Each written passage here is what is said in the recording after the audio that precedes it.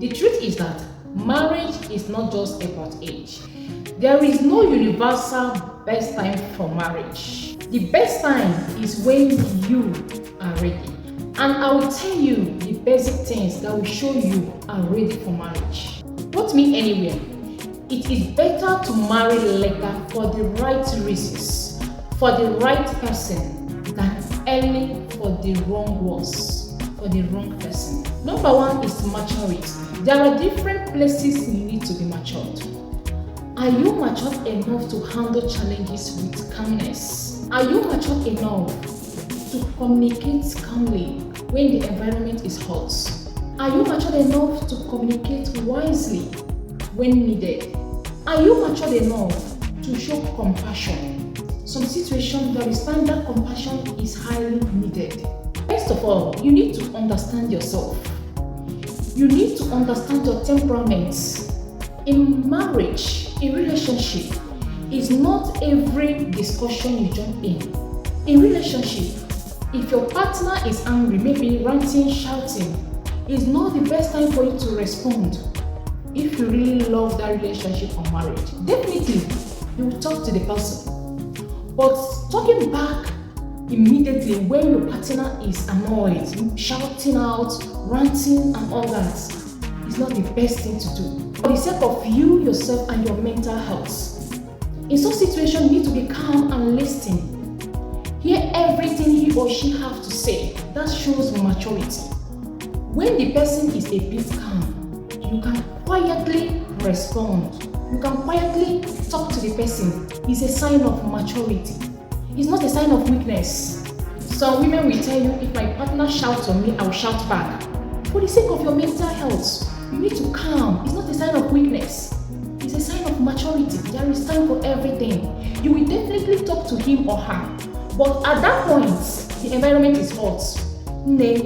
Chill. Sometimes, when the environment is hot and each partner is replying to one another, it leads to fights. It leads to longer quarrel, even destroying of things around. So at that moment, just calm down, just chillax. It's not a sign of weakness. It's a sign you value your mental health and you want that relationship and marriage to work. That's where maturity comes in. You have to be emotionally matured. I have a lot of things on this aspect I want to say, but it will still come in other videos. So stay tuned on this page. Number 2 is financial stability. In fact, I don't know how to sound this anymore seriously. If you come to my DM, you will cry with me. Please listen. If you see what women passes through in marriage because of lack of money, please ladies, prioritize you having source of income before getting married. Marriage should not be your priority. Have source of income before going into marriage. I don't know how many times I will sound this. Don't depend on a man's money. Yes, I believe there are men, when you marry them, they will help to build you the more. Let me open your eyes. 98% of women that are having issues in their marriage today, when they come to me for a way out, for solution, after having discussion with them, I got to find out that one of the challenges they are having, because the root of the problem they are having is finance. The root of their problem, 98% of women in marriage today, the root of their problem is finance. You are not lazy. I know, women are not known to be lazy. Forget to go into marriage, you started giving birth, it slows down some of your career, it slows down some of your plans. And the most funniest thing is that some men don't understand all these things. And mothers, please, stop pushing your girl child into marriage. Instead, open their eye, at least from the age of 6 years, 7 years as they grow. Open your girl child eyes on how to make that money.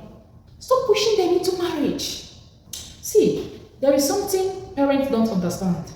When a girl child decided to go into business, she does very well more than men. Allow that girl child to be financially stable to a certain stage before pushing her into marriage. At least when she goes into the marriage with has some level of financial stability, it brings some level of respect to her, to avoid insults and have a clear understanding about managing finances. Number 3, have personal goal.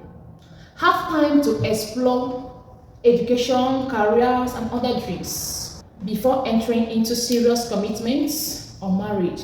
Why am I saying this? There is this lady I had discussion with about marriage crisis and all that, and I was like, why not go back to school, do 1 or 2 things? And she told me that now she can't go back to school. I asked her why. She told me that she was brilliant, but now after giving birth, she had 5 kids, and she told me that her kids have collected all her brain, that she can't go back to school now, that she can't retain retentive memory and all that. Please, I don't want that kind of excuse. But I don't believe that anyway, because once you're brilliant, okay? Just go back to school and pray to Almighty, He will see you through. So have a career, have plans for the future. It's very important. And lastly, relationship readiness. As a married woman, just know that as you're going into that marriage, you must respect your partner. You must be loyal. You must be humble. You must be there for your partner. And marriage comes with a lot of responsibilities. You must be ready. You and your partner must have a shared values, mutual respect, emotional availability, and long-term companionship. Marriage is not a child's play. You must be mentally matured before going into marriage. Thank you so much for watching. See you in our next.